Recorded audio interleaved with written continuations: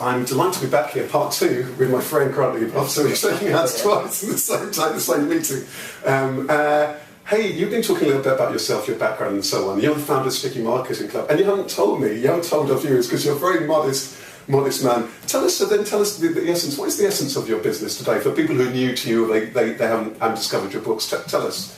So for me, it's about making sense of the modern world. I like to change the existing paradigms. Right. So for me, it's always about just very slight task, isn't it? Well, I always like looking at what people are saying about sales and marketing and saying, well, is that right? And I like to challenge those norms. And because we are living in an environment where the world is changing so quickly, I think the norms are changing all the time. So maybe I wouldn't have been motivated in the same way if I'd been doing marketing, 40 years ago. Because I think, really and truly, the last big thing that happened in marketing was the invention of the TV and the TV industrial complex. And then, I think through the 60s, 70s and 80s, did much change? Nuances. Things always change.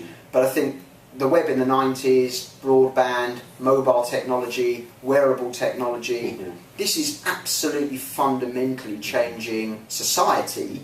If you say that marketing is about communications, which it is, the way we communicate is changing so fundamentally. So for me, it's always pushing the barriers, challenging the norms, and ultimately to trying to demystify so much of the nonsense that's out there, so people can make their marketing, their sales work for their businesses. Right. So that's what it's about. Right, and that's a great field, because so many people, many soul traders, people who are doing what they love doing, micro business owners, many of them have a real issue with marketing because they often feel as though they've got to sell their soul, or they feel lots of stuff is disingenuous, and so on.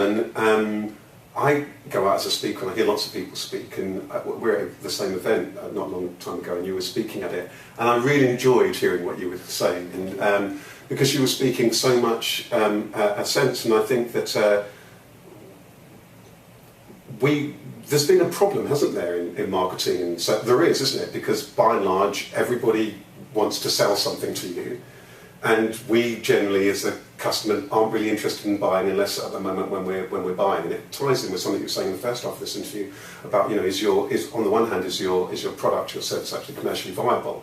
But I guess the other thing about it is, are you actually genuinely having a genuine connection and communication with your audience? So tell me, what's your take as a marketeer on marketing, what you see most marketing when people are starting a business and how they market themselves? And that's a big question, but what's your feeling? Do you feel that most people get it right? Do you feel lots of people are pressurised to communicate in a way that's not authentic to them? Do you think most people just don't understand or don't have the tools? What's your take on marketing? It's interesting. I think most people don't understand marketing.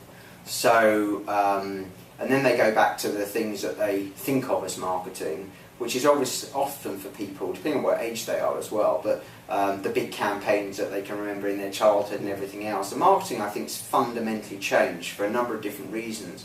But I would say to anybody that marketing themselves today, they really have to think of three things before they step foot in any messaging. And this is any size of business? Any size of business. Yeah. It makes no difference whether you're a multinational business or whether you're a one-person business, operating from home, essentially. Yeah. You've got to understand what's the ethos behind the business. What do you believe in? What's the vision? I don't mean the vision for you. I don't mean the business objective for you. The business objective for you might be, well, I want to be able to pay my mortgage every month and feed my family, which is fine.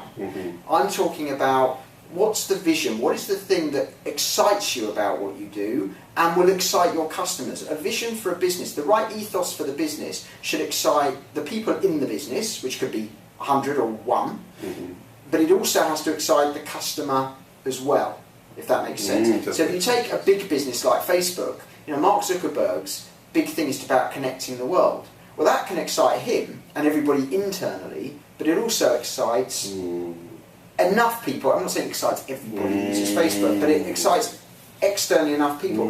Google, when the guys started the search engine, I was about the massive company it's become today, when they started that search engine, part of it was about documenting the world's information.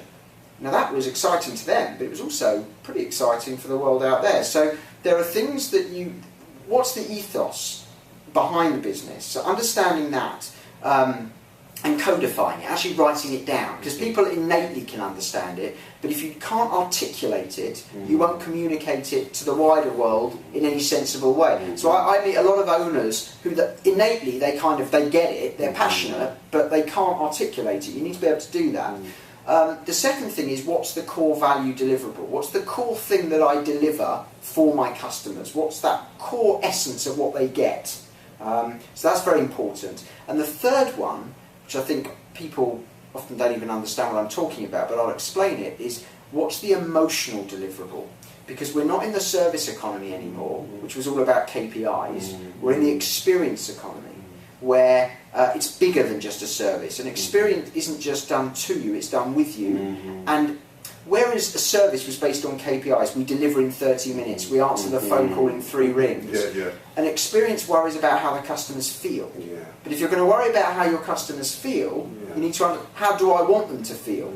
So just to give you an example, Nike, why is their logo, that's not a tick, it's a swoosh, but we all know the tick, right? They're about winning. They're about being the best you can be. That's why it makes sense that their logo's a tick, if that makes sense. Absolutely. Charles Revson, founder of Revlon, very famously once said, he said, "In the factories we make perfume, in the shops we sell hope." So he knew what the deliverable was. So I'd ask every sole trader out there, or big business, what's the emotional deliverable? And if you understand those 3 things, then you've got something very powerful. So remind us then again of those three things, because they're so... The vision, the ethos behind your business. You know, what is it that you're trying to achieve beyond making money, which is fine, there's nothing wrong with that bit, if it's a commercial entity. The second thing is, what's the core value that you deliver? What's the core thing that you provide your customers, right? And the third thing is the emotional deliverable behind that core. So the core thing is tangible, the emotional deliverable behind that is intangible. So Nike, give me a pair of trainers, but there's an emotional piece that goes with that. That's really powerful. I love that. Really beautiful core essence of what marketing is about, which is, I guess, that real connection between what the human experience and what it is that you're providing, and then whatever journey that takes you on to make that happen. And what I love about what you set up and what you propose there, it then creates so many different possibilities for how that dance and that conversation takes place, right? And I guess that's what's exciting.